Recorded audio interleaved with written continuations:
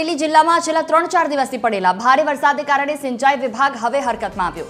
વરસાદના પ્રથમ રાઉન્ડમાં જિલ્લાના કુલ 10 ડેમોમાંથી 7 મુખ્ય ડેમો ઓવરફ્લો થઈ ગયા, જેમાં ખોડિયાર, ધાતરવાડી 1 અને 2 તેમજ રાયડી ડેમનો સમાવેશ થાય છે।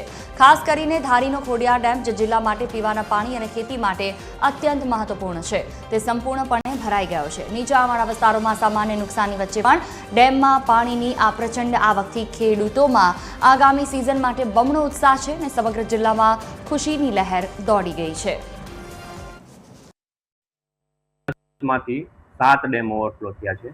3 ડેમમાં પાણીની આવક ઓછી હતી, એટલે 10 માંથી 7 ડેમ ઓલરેડી ઓવરફ્લો થઈ ચૂક્યા છે। હાલમાં 10 માંથી 7 ડેમ ઓવરફ્લો હતા, એમાંથી 5 ડેમમાં ઓવરફ્લો ચાલુ છે। અને જો આપણે ડિટેલમાં જો વાત કરીએ તો ખોડિયાર ડેમમાં અત્યારે હાલમાં 800 ક્યુસેક પાણીની આવક ચાલુ છે। ધાતરવાડી 1 ડેમમાં 1064 ક્યુસેક ચાલુ છે, રાયડી ડેમમાં 64 ક્યુસેક ચાલુ છે અને સુરજવાડી ડેમમાં 622 ક્યુસેક અને ધાતરવાડી 2 માં 1408 ક્યુસેક પાણીની આવક ચાલુ છે। સારા વરસાદના પગલે પહેલા જ રાઉન્ડના સારા વરસાદના પગલે અમરેલી જિલ્લાના 10 માંથી 7 ડેમ ઓવરફ્લો થઈ ગયા છે। બહુ મથે માનવી તો વિઘો માંડ પવાય, રઘુવીર રીજે રાજડા તો નવખંડ લીલો થાય। આ પંક્તિઓ અમરેલી જિલ્લાને ફીટ બેસતી પંક્તિઓ છે।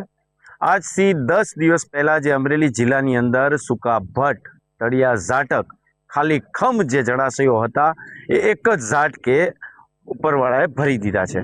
આ દ્રશ્ય છે અમરેલી જિલ્લાનો સૌથી મોટો જે ધારી ગડધરા ખોડિયાર ડેમના। આ ડેમ જે દરિયાની માફક અત્યારે લહેરાઈ રહ્યો છે, ત્યારે આ ડેમ એક જ ઝાટકે ભરાઈ ગયો છે અને ઓવરફ્લો થયો છે। ત્યારે અમરેલી જિલ્લાની અંદર જે આવેલા 10 ડેમોમાંથી 7 ડેમો જે ઓવરફ્લો થયા છે અને છલોછલ ભરાઈ ગયા છે।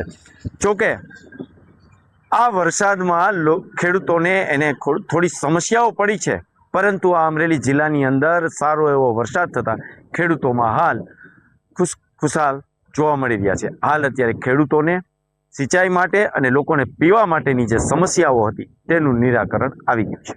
પરેશ પરમાર, TV13 ગુજરાતી, અમરેલી।